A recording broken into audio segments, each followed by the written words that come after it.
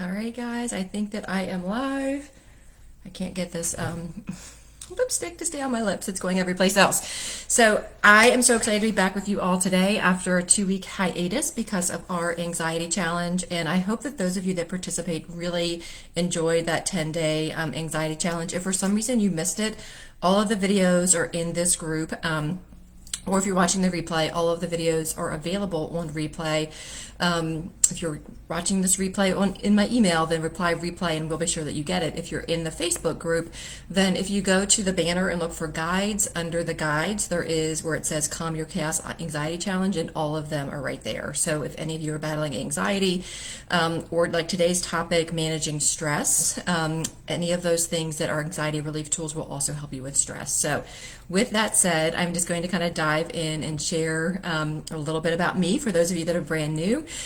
My name is Jen, and I have transitioned from being a physical therapist of, 25 years to a life coach. After battling burnout and overwhelm in healthcare for 20 years, I invested in my own life coach and had such a huge transformation that I got certified so that I can help women just like you and me overcome those things like people pleasing, burnout, overwhelm, self-doubt, to really lead the life that they desire, lead the life that they wanted as they were growing up. Because I know that there are so many women out there, myself included, that either feels or used to feel like they worked really hard to have the family of their dreams and the career of their dreams and the spouse and partner of their dreams, but something's still missing. Like it still doesn't feel satisfying. And a life coach can kind of come in and help you realize what that is and really work towards the life of your dreams and being the woman that you've always wanted to be, especially getting yourself back on your priority list. So I'm so glad that you're here today because we're going to talk about 10 lesser known tips for managing stress. Because let's be real, we're all under constant stress because of the kind of the toxic hustle environment and culture in today's society of do more, more, more, more. So many of us don't even know what to do when we have free time. Like we go to sit down on the sofa and our mind is spiraling with a to-do list and we can't even really unwind and relax. So these tips are some lesser known ones because you can Google out there and find some really common things, and some of these may be common for some of you, some of these may be common sense, but even if they're known to you in common sense, it doesn't mean that you're doing them, right? So many of you, when you come into this group, I ask the question, what sort of topics would you like me to speak on? And the number one is anxiety, number two is stress, okay? So a lot of these coffee chats are around different things in relationships to to anxiety and distress. And all of those are recorded in this group also in the guide section. So you can always go back and do that and kind of take a look at topics that you feel like you might need some help with. If you're on my newsletter list, I always send out the replays for these on Thursdays. So you can look for them there as well. So like I said, this topic comes up so much on my Calm Your Chaos calls and in this group, and also just with my life coaching clients because like I said, we're all under this constant parade of stress from so many different angles. And if you're in the season of life like I am, you may have teenagers or college-bound kids or empty nest, aging parents, perimenopause or menopause. So you're like battling all these things all at once, and it can be very overwhelming, anxiety producing and stress producing. So let's dive in. Okay, let's dive in. I'm going to share 10 different things that you can do to help with your stress. Each one of them are going to have like what the tip is, how it works, and practical ways to do them, because it's one thing for me to tell you what to do, but it's another thing for me to share with you how you can implement them in your busy schedule. So the first one is called forest bathing. And when I heard this term, I'm like, what do you mean? I'm not going to go take a bath in the forest. But it sounds weird, but it's really just a walk in the woods, okay? Or a walk in nature, a walk outside, specifically in the woods. And it's just kind of more of an immersive experience. And forest bathing involves a slow, mindful walk in a forest or wooded area and allows you to fully engage with nature using your senses. Okay, so if you followed me for any length of time, you've probably seen me talk about like a mindfulness practice where you just in the present moment look at things you can see, things you can hear, things you can smell, things you can touch, things you can taste. And when you tune into those senses, it brings you into the present moment and out of your head. So it really just gives you that sensory connection where you can focus on sights and sounds and smells and textures of the natural environment. You can notice the leaves rustling, the birds chirping, the crickets making their noise, if you're in the south or in a humid area, the tree frogs croaking, right? And it really helps reduce your cortisol level. So ladies, if you are in your 30s, 40s, heading into perimenopause, you may be noticing changes in your cortisol level that's causing you to have that morning anxiety. And being in nature, especially like moving in nature, really can lower your cortisol level. It also improves your mood. So it reduces your stress hormone of cortisol and increases your feel-good hormones. Okay. It also boosts your immunity. It just increases those natural killer cells, which help fight infectious, fight infections. So some practical tips to doing the forest walking is just choosing a quiet spot, find a nearby park, garden, or forest, right? So what's around your work, what's around your kids during pickup time, what's around, kids' activities. So if your kids are involved with like volleyball, you could drop them off at practice and go for a walk in the park before you have to come back and get them, right? So really think about, I was just outside and I feel like I have bugs crawling in my hair. I don't, but that's what I feel like because I was in a swarm of like no-see-ums. But think about things that you're already doing and how you can pull another habit into that current activity. Okay, it's called habit stacking. And then just unplug.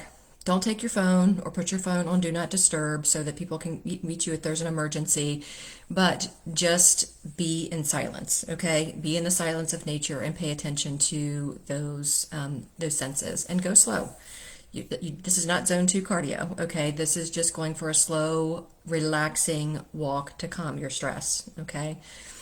Get creative is number 2. Arts and crafts, engaging in painting, drawing, knitting, sculpting, adult coloring books, paint by numbers, writing such as journaling or creative writing or poetry, music, playing an instrument or composing music. And this really works by providing an emotional release, right? It provides an outlet for expressing feelings and thoughts. It also gives you some mental focus and increases your happiness. Some practical tips for implementing this is just setting aside a dedicated time during the week for your creative activities. A great time to do this would be when you're transitioning from work to home life. If there's some time where you can do that, or before bed to kind of unwind, if journaling or something like that would be soothing to you. But just finding some time in your day, if you're at work and you take your lunch break, which you should take your lunch break anytime you can, to kind of give your brain a break, give your body a break, and give your mind a break. It actually does allow you to return to work more productive. Take 10 minutes during your lunch break to do some adult coloring or some knitting or some writing. Okay, those things don't take up a lot of space or require a lot of things to be with you. Or join a class, because that way you can meet people as well and do something that you've always wanted to do. I just saw a friend post about something about like wine and designing, like doing floral arrangements, like learning how to do floral design, like putting together cut flowers. I was like, I would love to do that. So doing something like that brings in your creative juices can really help reduce your stress. Progressive muscle relaxation is another one, and how it works is just it releases the tension and provides that release. And typically you work from like your feet up or your head down, and a guided meditation for doing that just makes you like tense your muscles and then relax. And it really allows you to get more aware of your body. It reduces physical tension, it enhances relaxation, and really helps improve sleep. So that's a great one to do before bed. You can go on YouTube and search progressive muscle relaxation meditation and find a plethora of different ones to use. So again, practical ways to do that is finding a quiet place and a time that works for you. Again, you could do this during your lunch break. You could do this in the driveway before you come in the door from work as kind of a transitional period. You could do it in the car before you walk into daycare to get your children. You could do it before bed. Breathe deeply. That also just helps to calm your nervous system. This is a big one that I'm starting to really help my clients with, is a digital detox or a digital diet, however you want to call it. It's scheduled breaks from screens and your phone, okay? Because most of us spend all day, every day on a screen, and it's really messing with our sleep. It's really messing with our well-being. So scheduling breaks to not be in front of a screen and just be present. Right, and being mindful of your usage. I would challenge you to look at your screen time on your phone and see how you can go through your day by reducing that. One of the things that I'm trying to do, of course, it's right beside me right now, but I'm trying to like put it out of reach so that and turn off my notifications except for, you know, the in case of emergency ones during my workday so that I can be more productive, right? So doing a digital detox really helps reduce overstimulation. It improves your sleep, and it really enhances your focus. I'm seeing so many ladies come to me with adult onset ADHD, they think, and a lot of it is because they are so attached to their device and their screen time. Because this is designed to be addictive, right? It's designed, all the social media, the phone itself, they're all designed to follow your pattern and get you on the screen more. So that leads to a lot of lessening of our focus, right? So be aware of that as well. So some tactical tips for this is just set limits, like use the apps on the phone itself and set device-free hours. Create no tech zones. Establish areas in your home where phones aren't allowed, like the dinner table, the breakfast table. Anytime that you're eating a meal together, phones should be like put away. If you have family time scheduled, put phones away someplace where people can't reach for them during a commercial break or something, right? Engage in alternate activities, like fill that detox time with other activities like reading or a board game or a puzzle or exercise or going for a family walk. Number 5 is gratitude journaling. And this is just as simple as it sounds, is just writing down 3 to 5 things that you're grateful for. And I always challenge my clients to take it a step further and do not just I'm grateful for my husband, but I'm grateful for my husband because, and complete the why of the gratitude is very, very powerful. And this just really helps shift your into a positive mindset. It really helps reduce your stress. It really helps you focus on the good things in your life because so often there's a barrage of negative stuff coming at us from the news and around coworkers and things like that are just maybe in more of a negative mindset than you are. It also improves relationships and it enhances empathy and reduces aggression. Consistency is practical tip is just try to develop a consistent practice, whether it's in the morning when you're having your coffee or tea, or maybe at bedtime once you get into bed, like just write your gratitude journal so that you're focusing on something positive before you drift off to sleep. And like I said, be specific with what you're grateful for and why, and just review it regularly. Like when you have a down day, like go back to your gratitude journal and be like, oh yeah, I should, I am grateful for all these things I have going on in my life. Mindful breathing exercises. Focus on your breathing and pay attention to your breath. Taking deep, deliberate inhales and exhales is very soothing to your nervous system. A quick breath work technique that I can teach you very quickly is called the 4-7-8, right? So that's as simple as you inhale for 4 seconds, you hold for 7, and then you exhale for 8. There's a lot of research that shows that a longer exhale helps soothe your nervous system and bring you back to what we call homeostasis, which is a fancy term for like just being comfortable and relaxed and happy in your body, okay? This instantly gives you calm. It instantly gives you increased focus and better oxygenation. And it's something you can do any place, anytime. You could be in the boardroom getting ready to give a presentation and do this breath technique and nobody would even know. I teach my kids different breath work techniques that they can do before tests and before like a big serve in a game or, any of those different things. But breath work is something that you can really do where people don't even know. You can be doing it anytime. You could be stuck in traffic and be doing some breathing techniques to calm your stress, okay? And use a timer. So just use a timer and keep going for like 5 minutes, right? It doesn't have to be a real long time. This one I didn't know about, laughter yoga, or laughter exercises. So just engaging in laughter combined with yoga, like yoga type breathing exercises, or simulated laughter. Like just start with a fake laugh and often turns into genuine laughter. Or just watching like a comedy show or a stand-up comedian that you love on YouTube for a couple of minutes really just allows you to release that energy and laugh. But laughter is like really, it truly is the best medicine. Laughing reduces or releases those endorphins, which are your feel-good hormones. It improves social connection, and really it also strengthens your immune system, which is amazing. So you can join a class. You can search your local area for a laughter yoga group. You can practice this with friends, and you can just start small and just begin with laughing a few minutes each day and increase gradually. I love this next one. Number 8 is pet therapy. Interaction with animals, spending time petting them, playing with them, or simply being around them. lowers your blood pressure, it reduces your anxiety, and it boosts your mood. So all of my clients that have pets, I'm like, make sure you give your brain a break and go get some pet therapy. You can adopt a pet if necessary, if feasible. Consider adopting one. You can visit animal shelters. You can offer to pet sit. If you have a neighbor whose dog you love, you can just say, "Hey, can I go get some?"